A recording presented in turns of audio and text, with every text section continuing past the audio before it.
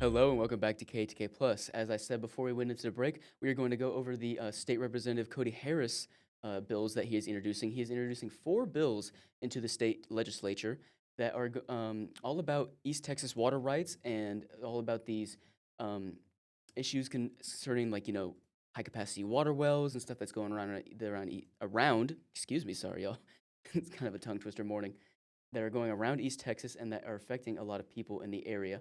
Let's go ahead and show you a clip of what I'm talking about here as I kind of review what's going on and just kind of give you some background to these bills so that way, when we get into the interview, you're not just kind of going in blind.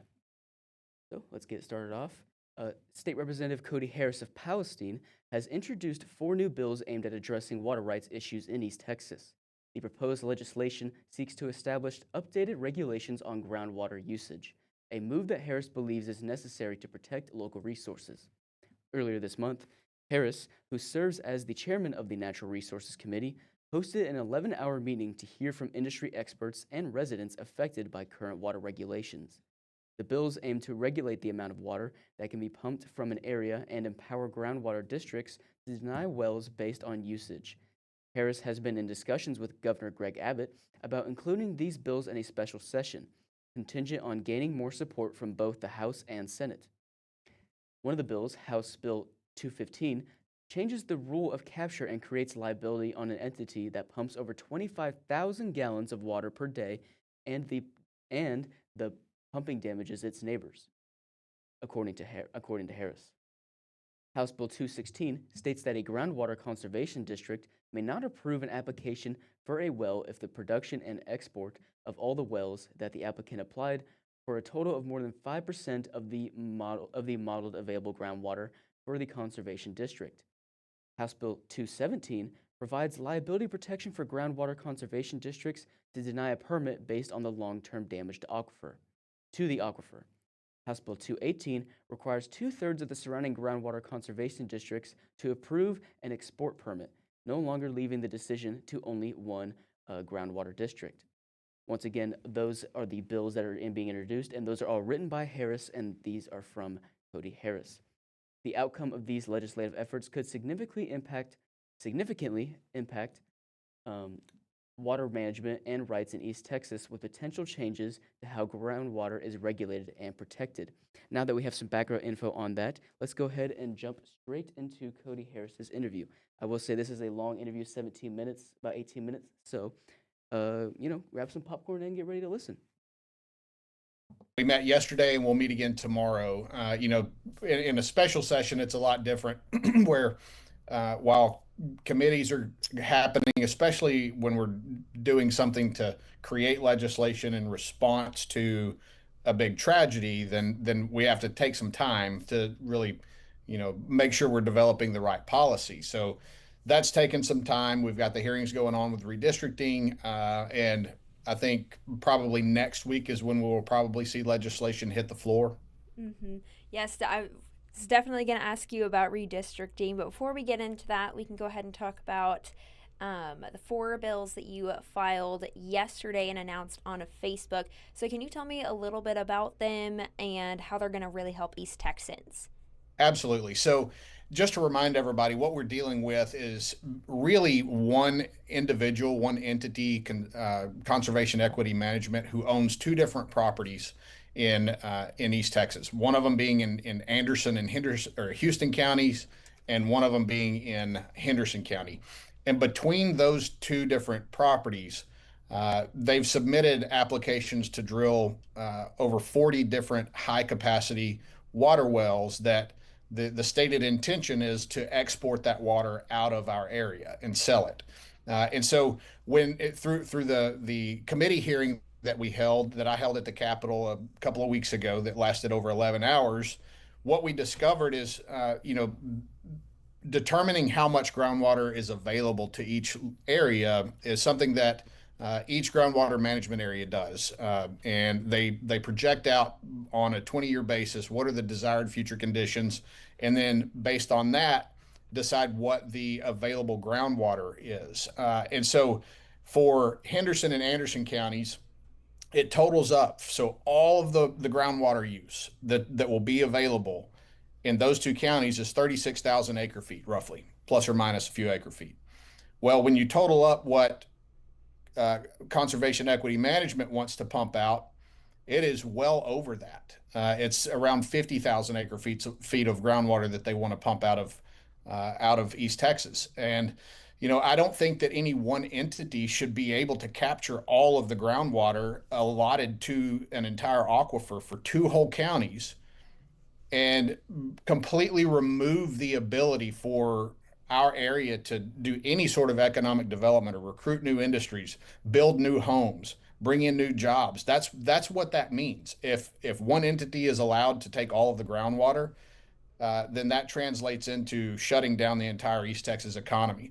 And rest assured, this isn't the first one that's going to happen if this one is successful.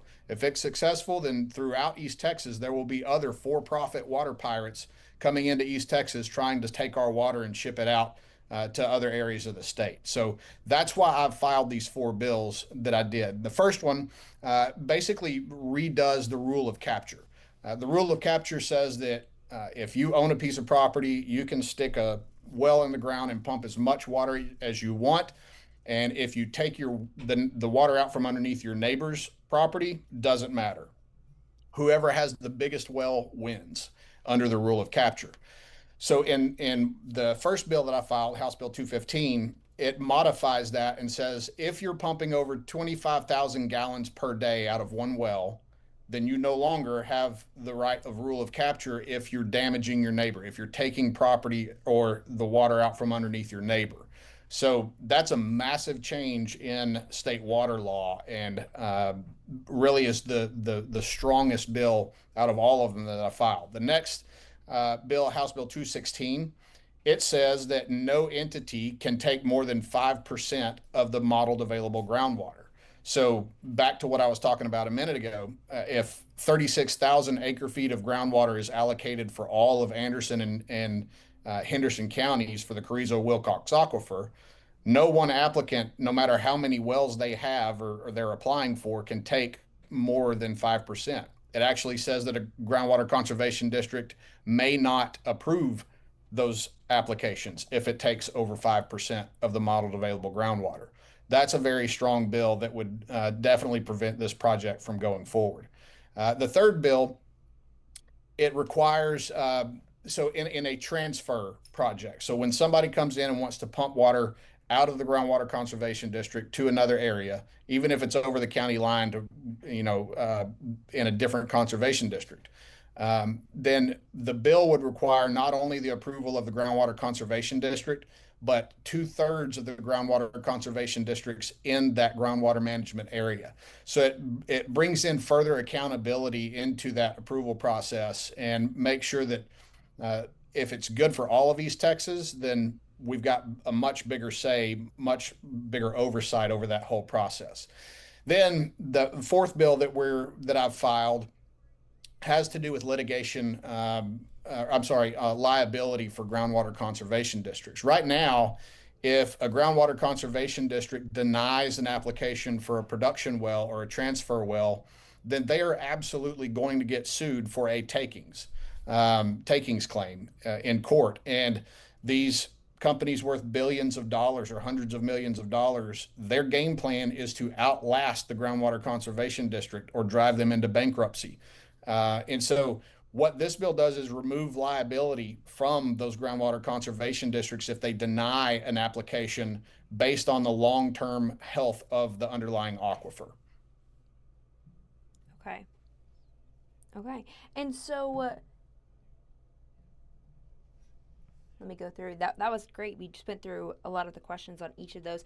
Going back to the first one that you said it's really the strongest, hard-hitting one. Can you tell me how it might help people in Red Town who are going through, that's the location of where that one developer wants to, or has land already and wants to build things out? Can you tell us how it might help them in that area? Sure. So if that bill were to pass, if it were to get added to the call and pass both chambers of the House and Senate and signed by the governor, then effectively what would happen is if Mr. Bass pumped his, drilled his well, started pumping water, and created a cone of depression in that aquifer that reached out over to his neighbors, which we know it will. We know that it's going to reach up to 50, maybe even 100 miles wide, a cone of depression, meaning that the water table or the aquifer level will drop that far away from the well site. So if that happens, then whoever has been damaged inside that cone of depression would then have the right to sue conservation equity management for a damage for taking their property. Okay. Okay. And so going back to the 11-hour Natural Resources Committee, which I watched through that, there were a lot of people who were speaking. I mean, you heard from just industry experts, you heard from lawyers, but also from people from the area. So from that meeting, what did you take and put into these bills when you were writing them? What I did was, it's not just my district or just East Texas that is facing the threat of having for-profit water. I hate to call them this, but pirates coming in to an area and pumping that water out, selling it somewhere else for profit. And I don't begrudge anyone making money. That's what makes Texas so great, is the ability to start new business and be successful. But under this particular business model, they are taking water out from underneath other people. And it's not only happening in East Texas. This is a statewide problem. That's one of the things that I took away from from the 11-hour hearing. But primarily, the result of the 11-hour hearing was this is a long-term detriment to both East Texas and the rest of the state. One of the best testimonies that I think really caught the attention of people I didn't expect it to was from Mr. Kevin Ward with the Trinity River Authority. And he explained how if you have overpumping in the Carrizo-Wilcox aquifer, that can basically reduce the flows of the Trinity River, which feeds into the reservoirs, providing the water supply for the entire greater Houston region. So you're talking about 8 million people who have their water being put at risk to profit one company in East Texas pumping water out and shipping it somewhere else. That was probably one of the biggest takeaways, is that this is such a huge threat statewide, not just to our area. Mm-hmm. And so, do you have a message to the people? I mean, you announced this on Facebook yesterday. That's where I first saw it. But what is your message to people in this fight? So I can't do this on my own. I'm giving it every effort that I can, but I need the support of the majority in both the House and the Senate. And I need to be able to take that to Governor Abbott and say, look, Governor, I know that you support us. You've got our back in East Texas. I have the support of both chambers of the legislature. Now we need you to add this to the special session call. And the way people can help is by contacting their state representative, their state senator, and asking them to sign on to these 4 bills. I will be walking around the Capitol every day that I'm here with a sign-on sheet for members of the legislature to sign up and express their support. Okay. And so, because you did post this on Facebook, can you tell me what has the reaction been, just for people seeing what you posted? It's overwhelming how unified the people of not only East Texas, but our whole region. There are some in the High Plains region out in West Texas who the thought of changing the rule of capture is very, very scary. This is a law that's been in place for over 100 years.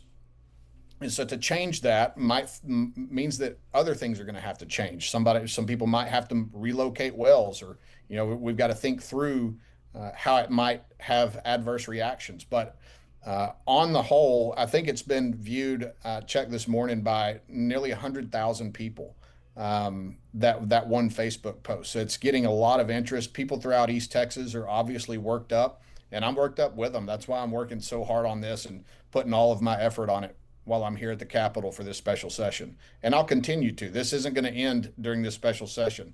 I'll conduct interim hearings throughout this interim on this subject matter. And whatever we don't get accomplished in the special session, I'm going to put all of my effort into during the regular session if the people choose to send me back. Okay. And so could you also give us an update on the process with the governor? I know you spoke with him before, just on getting this on the special session agenda. Sure. Yeah. So went in and visited with the governor about it, and he's supportive. You know, he's originally from East Texas.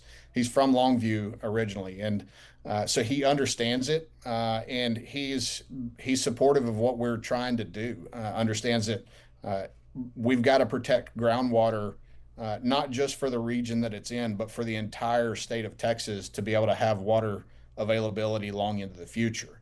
And so, as part of that, you know, while he is completely supportive, he wants to make sure that before he places something on the call, that it does have the support of both chambers. And I can't blame him for that at all. So that's why I'm willing to do the work on my end. And I'm asking for the people's help to call their lawmakers and get them on board as well. Okay. And so what are you seeing right now when it comes to those lawmakers? I mean, the meeting, the 11-hour meeting you had, there was a lot of people in that session. I heard you guys had to move to an even bigger room just to accommodate everyone. That's right. Yeah. I'm very encouraged by the outreach that I've gotten so far from other state legislators, especially in the House. The signatures are coming. There's 150 members of the Texas House of Representatives, so I need to get at least 76. And as you know, rural members are outnumbered by urban and suburban members. So we really need everybody's help getting this to not just be. It can't be just an East Texas thing. If it's just an East Texas thing, we're not going to win and get the support that's required. So right now I'm encouraged, but we're on a very short time clock. We've got about 3 or 4 weeks left in the special session, and I'm going to be focusing all my time and attention on this. Okay, that is good to know. And so, I guess some other topics that you guys will be covering in this special session. Is there anything you would like to add about redistricting? I know that's really top of mind for a lot of people right now. You know, we're going through the committee process, getting the input of the public, and put all of my trust in my colleagues who are on that committee. And since I'm not on that committee, I'm not part of redrawing the maps or anything like that. I really don't have much to add to that conversation right now. Okay. And I know you just said it will be what you're fighting for the most, but when you go back into this session, what are some of the other big issues you'll be tackling along with this groundwater bills that you'll be pushing through? One of the biggest issues that I think we need to tackle is property taxes. You know, we keep doing things every legislative session and putting billions and billions of dollars towards property tax relief, but you know, the simple truth is the state of Texas doesn't collect a single penny in property taxes. That's all from municipalities, counties, and school districts, local taxing jurisdictions who actually set the tax rate and collect a property tax. So there are plenty of things that we can continue to do to drive down the cost of property taxes. My preference in the long run is to completely eliminate property taxes in exchange for a higher sales tax rate. We've already banned a state income tax in Texas, so that's completely off the table. I was proud to co-author and support that bill to eliminate the threat of ever having an income tax in Texas. But we definitely need to be doing more to lower property taxes for everybody. Okay. And so, is there anything that I didn't ask you about that you would want to go over, especially when it relates to those four bills we were talking about before? Anything else you want to touch on? No, I think we went pretty in depth on them. I would kind of ask you, do I need to go back and explain things in a simpler manner on any of those bills, or is it easy enough to understand? Because water law can get very, very complex. It is a complex issue. I'm glad you brought that up. I mean, I thought it was well explained. Is there, I guess a good way to ask this is, what are the bullet points that people should know? Maybe the top 3 bullet points that if people were to look into this, it will help them really understand the fight and what you're doing to help in that. Yeah, so that's a really good question. So if you boil the 4 bills down that I've filed into very simple bullet points, number one, what it does is classify high capacity groundwater wells and puts them in a completely different class that does not have the rule of capture, the right of capture. meaning it can't just take all of the water that it wants. Everyone else, sorry about your luck. It now creates a liability where if someone does come in and put a high capacity groundwater well in over 25,000 gallons per day, then the neighboring landowners can sue for a taking of their property, being their groundwater. Then the next thing that we do is strengthen groundwater conservation districts and give them the teeth that they lack right now. We give them the permission legislatively to deny wells based on taking more than a fair share of the groundwater in the particular aquifers. And then we provide liability protection for them in the event that they do say no. All right. We met yesterday and we'll meet again tomorrow. Well, there you have it. There's that full interview with State Representative Cody Harris. Now, we are going to go ahead and jump into a break a little bit here, but if you want to learn more about these bills and about what Cody Harris has to say regarding them, we have a full digital article available on KETK.com. You can go ahead and visit that.